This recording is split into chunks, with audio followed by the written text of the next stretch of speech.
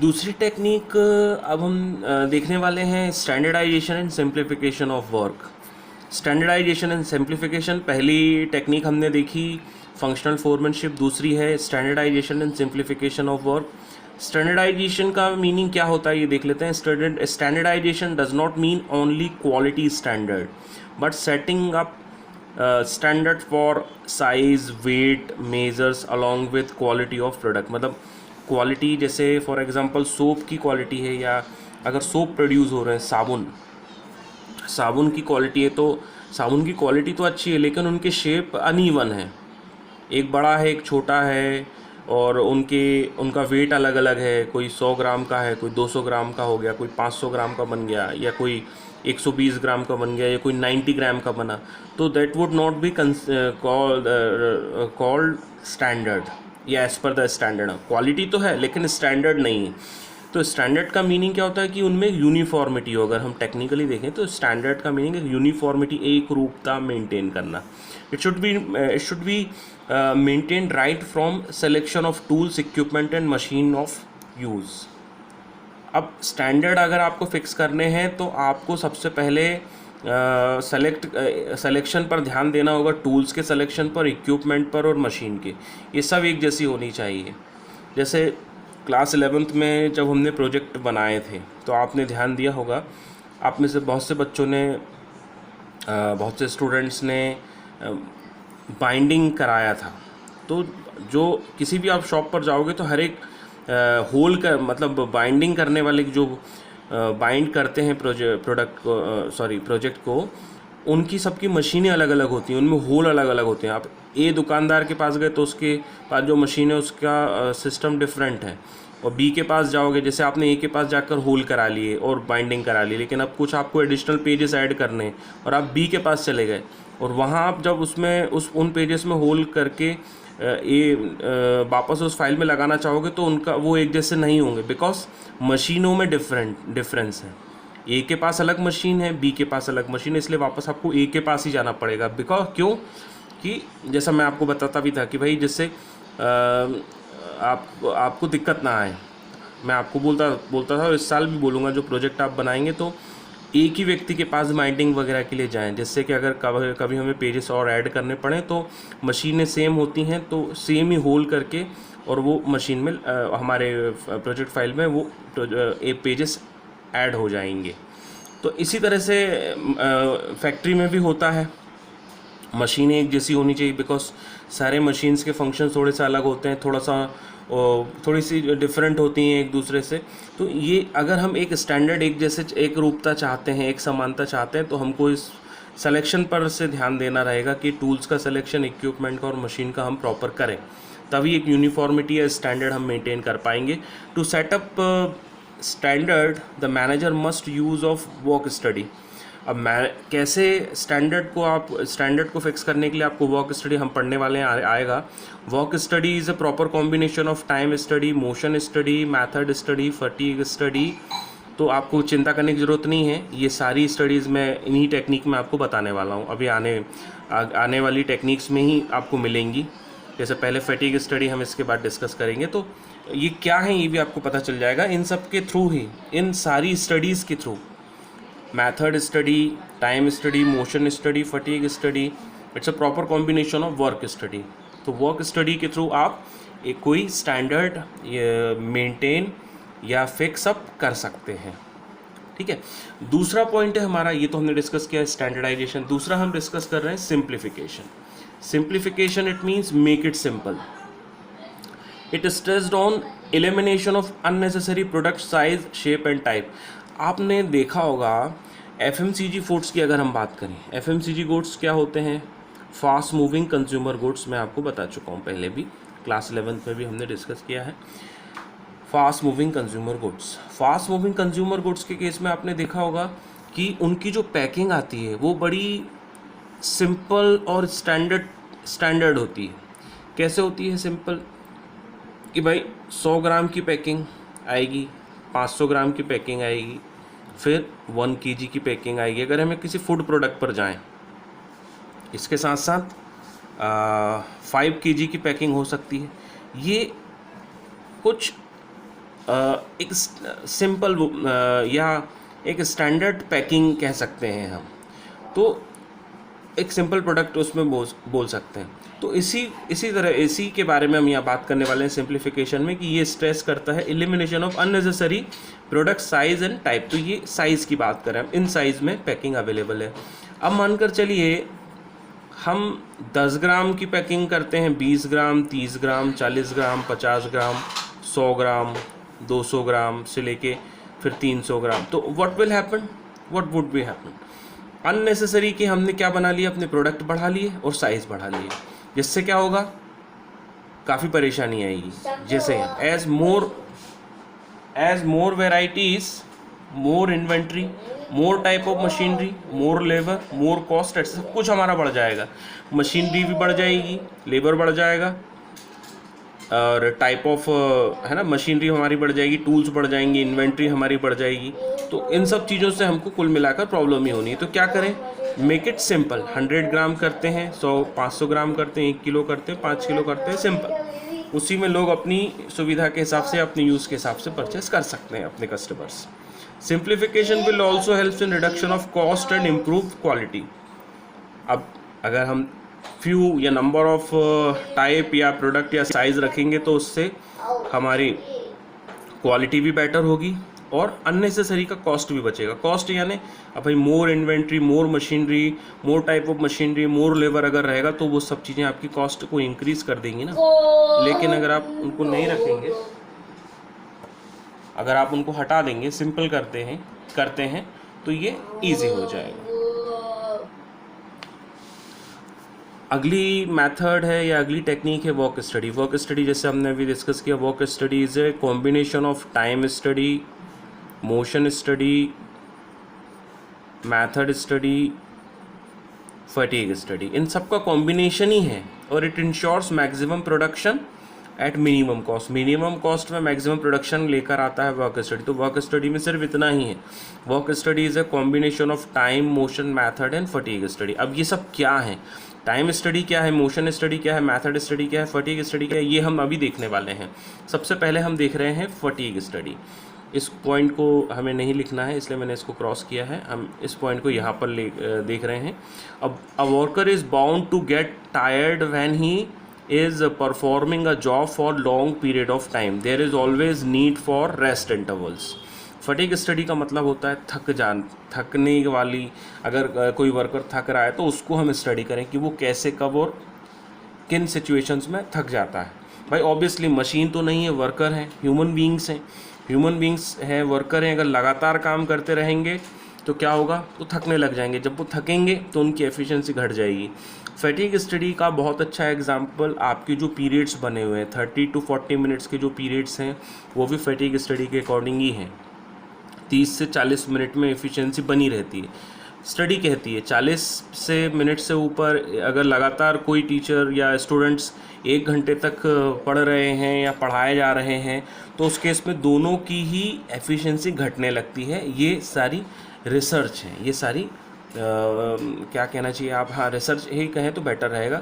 ये सब स्टडीज़ हैं जो बोलते हैं, तो that is called fatigue study. तो अभी उनको क्या करना चाहिए, उनको रेस्ट दे दीजिए, उनको इंटरवल दे दीजिए। इसलिए 40 मिनट या 30 मिनट के बाद में आपका पीरियड ओवर हो जाता है। तो उससे क्या होता है, हम वापस से रिचार्ज हो जाते हैं। थोड़ी देर का 1-2 मिनट का भी अगर हमें ब्रेक मिलता है तो हम वापस से चार्ज हो जाते हैं। फटीग स्टडी का एक और अच्छा एग्जाम्पल है जो आपको शॉर्ट ब्रेक मिलता है स्कूल में।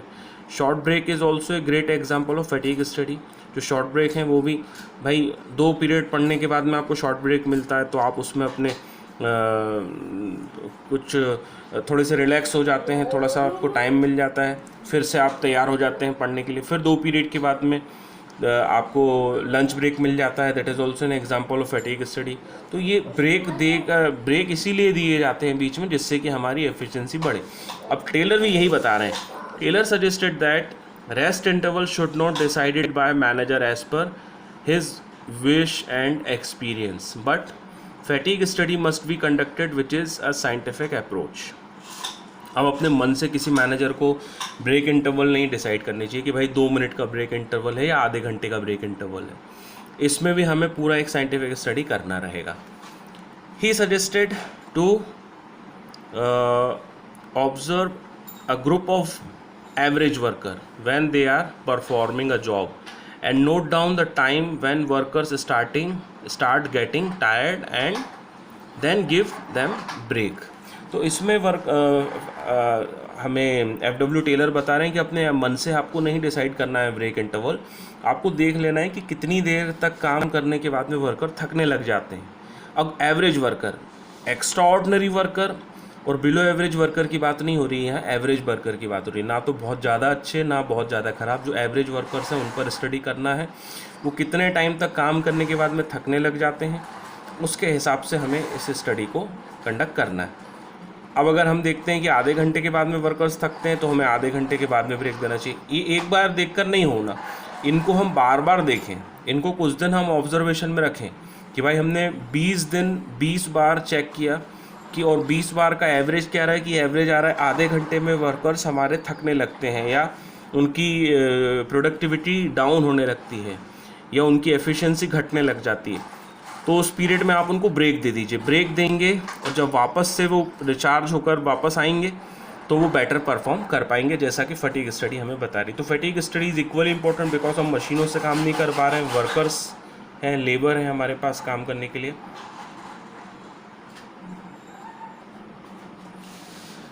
अगली स्टडी है method study, the next technique method. Method क्या है? This technique is conducted to find out the one best method of production.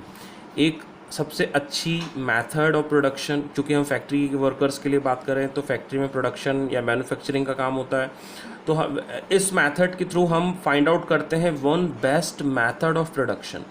एक अच्छी मेथड हम प्रोडक्शन की एक मेथड को हम इसके थ्रू आइडेंटिफाई करते हैं। The objective of method study to minimise the cost of production and maximise the quality and consumer satisfaction.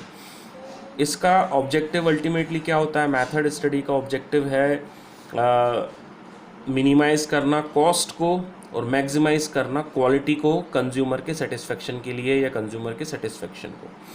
ये होती है हमारी method study. Taylor suggested that method of production should not be decided by rule of thumb. Once again, अब मन से decide नहीं कर लेनी कि जो मन में आया वो मेथड डिसाइड कर ली। To identify the one best method, observe various ways right from the procurement of raw material till the final product. अब सारी मेथड्स को मतलब एक मेथड को फिक्स करने के लिए हमें पूरा एक ऑब्जर्वेशन रखना पड़ता है। To identify the best method, observe various ways right from the procurement of raw material। raw material को procure, raw material खरीदने से लेकर उसको प्रोड्यूस करने तक सारी चीज़ें, हमें सारी चीज़ों को स्टडी करना है, उसके बेसिस पर मेथड फ्रेम करना है।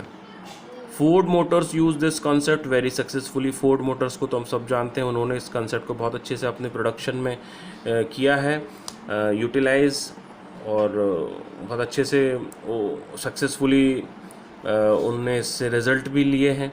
और एग्ज़ाम्पल के लिए LIT और CIT मेथड, जैसे मेथड में LIT और CIT हमने क्लास 11th में भी पढ़ा है, लेबर इंटेंसिव टेक्निक और कैपिटल इंटेंसिव टेक्निक।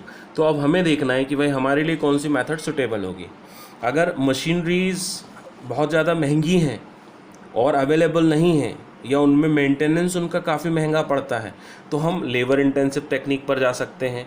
जैसे कि भारत में लेबर इंटेंसिव टेक्निक बेटर है, इससे लोगों को रोज़गार भी मिलता है, एम्प्लॉयमेंट भी क्रिएट होता है, और जो एंटरप्रेन्योर्स हैं उनका सोसाइटी की तरफ जो सोशल रिस्पॉन्सिबिलिटीज़ है, हमने 11th में पढ़ा है सोशल रिस्पॉन्सिबिलिटी भी उनकी फुलफ़िल होती है टू प्रोवाइड देम एम्प्लॉयमेंट देकर। तो भारत में LIT would be good method.